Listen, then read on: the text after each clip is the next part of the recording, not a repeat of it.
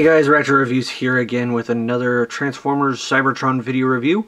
This time I'll be taking a look at the Deluxe Class Thundercracker figure. And first thing I want to point out is, obviously, this is one of the very, if not, I think this is the first and only time that we have had a mainline Thundercracker toy and character featured in a series where he was not a repaint of an existing Starscream figure.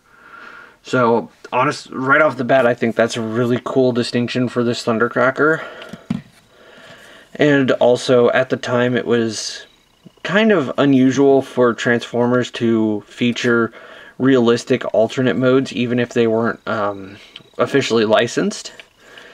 And this is actually based off of a real-world jet. This is based off of the Russian fighter jet, the Sukhoi Su-37.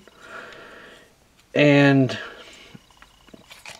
like, it looks very nice in its jet mode. And, yeah, I really do like how the jet mode looks. For detail-wise, the big difference between the Hasbro and the Takara release is the Decepticon insignia tampographed on the back of the jet right there. That's actually omitted on the Takara release. But we also have this really cool orange panel lining going on the wings and the body of the jet. And I think that's a really cool look to this figure. Under kibble, which strangely enough is very, very well concealed. It's kind of obvious when you get to the sides because it's a jet. It doesn't really have that much area for this stuff to go, but everything seems to fit together underneath the jet as it should. And it looks really nice and cohesive still. We do get the unfortunate issue that plagues a lot of modern day jet formers, and that is the fact that the landing gear wheels are just molded in and stationary, so he can't roll on his landing gear, but you can fold the landing gear up and get him into a flight ready with the landing gear up, which is pretty cool touch. I do like how well it's integrated. And just come underneath. Some really nice thruster details going on back here. Missiles cast in a metallic silver rubbery plastic. The same as these back wings here and these little side wings.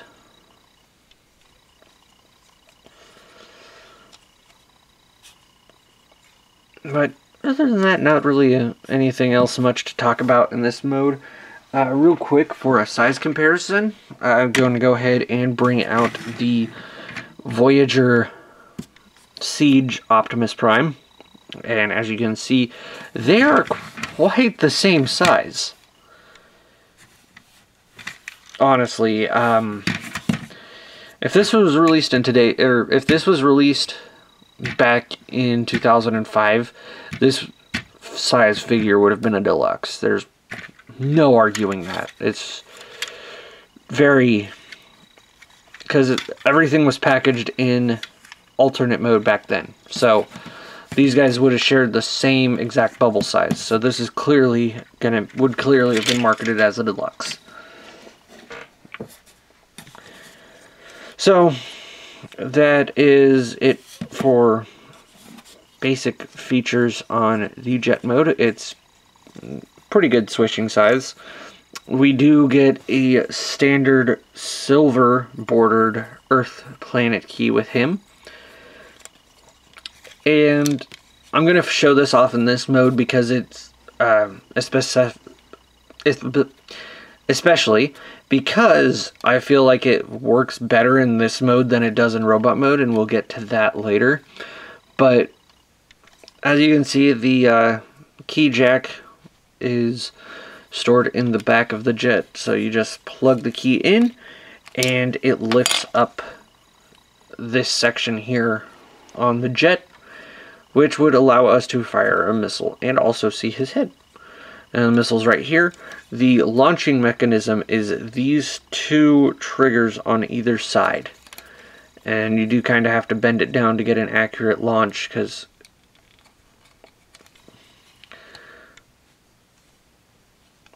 and when it does go, there. It's a pretty nice spring to it. Just a regular spring-fired missile launcher. And just close it back up. So there's that. Now, to transform this figure, we're going to go ahead and start by taking the thrusters and rotating them forward and folding these little wings forward too. Come here to these parts of the legs, open them up, take this section, pull it out, and then rotate it around, and then push it back in and split that open to form the foot. And repeat that on this side, like so. And next, take this section here and extend that forward, and that will be the waist. And then come here and fold the nose cone up to get that out of the way. Next, for the arms, we're going to take this section here, which will be the entire centerpiece of the back, and we're going to push that forward to unlatch it, and then swing that down and out of the way. Next, come to this arm, fold that over, and then open up the door on the forearm and swing the fist out and close it back up. And then this arm, rotate this section all the way around, orient those joints however you would like, and fold it down. And then finally, take the front section of the jet, and it's going to fold at 2 points. It's going to fold there, and then it's going to fold one more time back here. And then just finish lining everything up.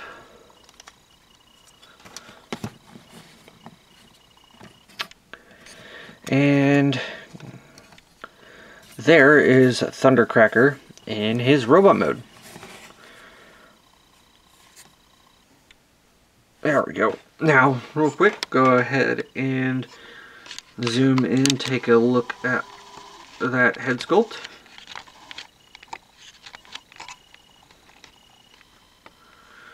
Just getting it in focus now. There we go. Really nice head sculpt. I really do like it. We got some nice silver paint on the crest on the forehead right here, as well as these little bits here. And then his whole face is covered in silver paint, and really brings out the rest of the detail around it too. And we've got some nice light piping going on for his eyes. Go ahead and take my little LED light here. See if we can get that situated. There we go. Nice bright LED or light piping going on for his eyes. See if I can zoom it out here.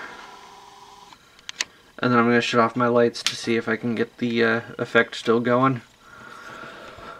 There we go. That's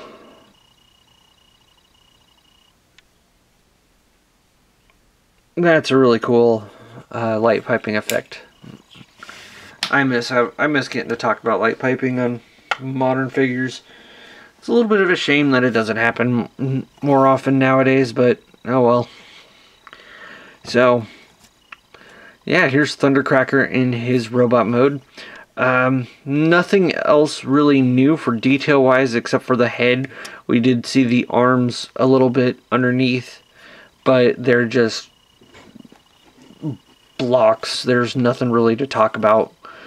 Same with the legs. We saw a little bit of it underneath, but there's nothing new to talk about there. Articulation wise, we do get a 360-degree rotation to the head. It's very nice. Arms, we get 360-degree rotation hindered by the backpack, as well as a joint to swing out. We get a rotation at the bicep, 90-degree bend at the elbow, well, just under 90 degrees, but it is really tight as well due to the way the parts are molded on. Nothing in the wrist on this arm. On this arm, we still get the 360-degree rotation at the shoulder, as well as the hinge outward and the 360-degree bicep swivel. We also do get a different set of joints, seeing as he doesn't have a left hand. Instead, it's just this affixed cannon. So we get a joint here and a joint here that can be positioned any which way you would like. So, and it allows for essentially a 180-degree bend. Double hinged elbow. Nothing for the waist. We get ball jointed hips, which are extremely limited both due to the backpack and also the way they're cut. Because we can get them going forward like that all the way. And we can get them bent out this far. But yeah, thanks to the backpack, there's nothing really we can do. We do get a thigh swivel. Again, it gets hindered by the backpack. About a 90-degree rotation at the, or bend at the knees. And the feet, thanks to the way they transform, we do get a little bit of a toe pivot to help with balancing. So his articulation is not bad for a Cybertron Deluxe class figure. It's a little bit lacking in some areas, but given the way the transformation works, I can't see any other way around it. I keep getting cat hairs all over the place. Also, one thing I forgot to mention is the cockpit has a very nicely detailed seat for a pilot. So I think that's pretty nice little touch. I mean, it's an Earth vehicle, so it makes sense to have a seat for a human in it. And now for size comparisons in this mode, I'm going to go ahead and bring out the unarmored Ultra Magnus, so we can see what a Voyager from 2019 looks like compared to a Voyager from, or a Deluxe from 2005. And this is a pretty standard size figure. Everybody has at least, should have a good approximation on how big this figure is by now, especially since it's the same size as the Siege Optimus and the Earthrise Optimus. So everybody's at least should be familiar by now with the size of this mold. So it gives a good look, a good impression on how big the Deluxe class figures were back then. Also, go ahead and showcase him next to a modern day Deluxe class figure here, Roadbuster. And as you can see, Roadbuster does have a slight head shorter than Thundercracker when it comes to height. Now, for accessories, he doesn't come with anything else, really. Just the arm cannon. You can fire the weapon missile for the arm cannon like this, too. You can also equip the cyber key in. And this is what I meant earlier, how I feel like this is definitely, or the the cyber key works best for the jet mode, because in robot mode, when we apply the cyber key, it just does that.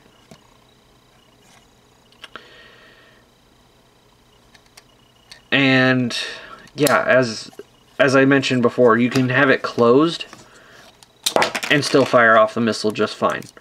So there's no real efficient use for the cyber key in robot mode.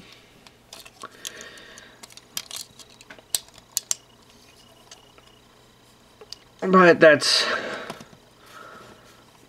kind of something to understand. It's just every cyber key gimmick wasn't perfect for both modes. Specific ones, or specific characters, had gimmicks that worked better in one mode than another, and then we had other characters that had completely different gimmicks between each mode. So the cyber key gimmicks were definitely a hit and miss, but as a whole, I felt like the cyber key gimmicks was one of the better gimmicks of the early 2000s.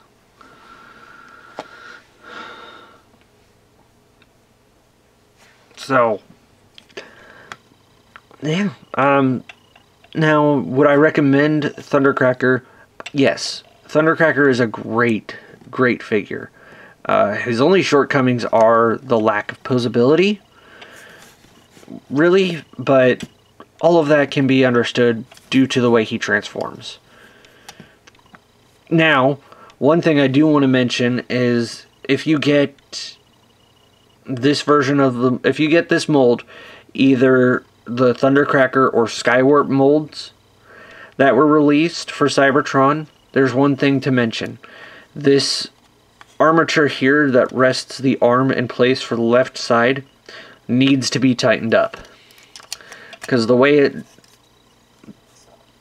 when I first got this, I got this guy last year, around this time last year, and he was mint and sealed. He was sealed in his package. I opened him up, and right away this joint was so loose, his arm would just come flopping down, and it wouldn't hold in place.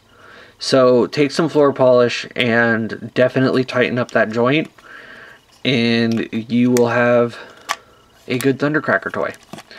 Now, if you get the Dive Bomb figure that was released for the movie, they've actually fixed this issue where this piece of the arm actually locks into place into this section right here and keeps it all from flopping around. So that's just one thing to point out on this figure. Other than that, everything else that this figure does, it does pretty well. He's definitely a fun toy, and if you can pick him up for a good price, I know he doesn't run for that bad of a price, so if you do pick this one up, you will not be disappointed in this figure. So, anyways, this has been Ratchet Reviews. I hope you guys liked this video, and I will see you next time. Bye.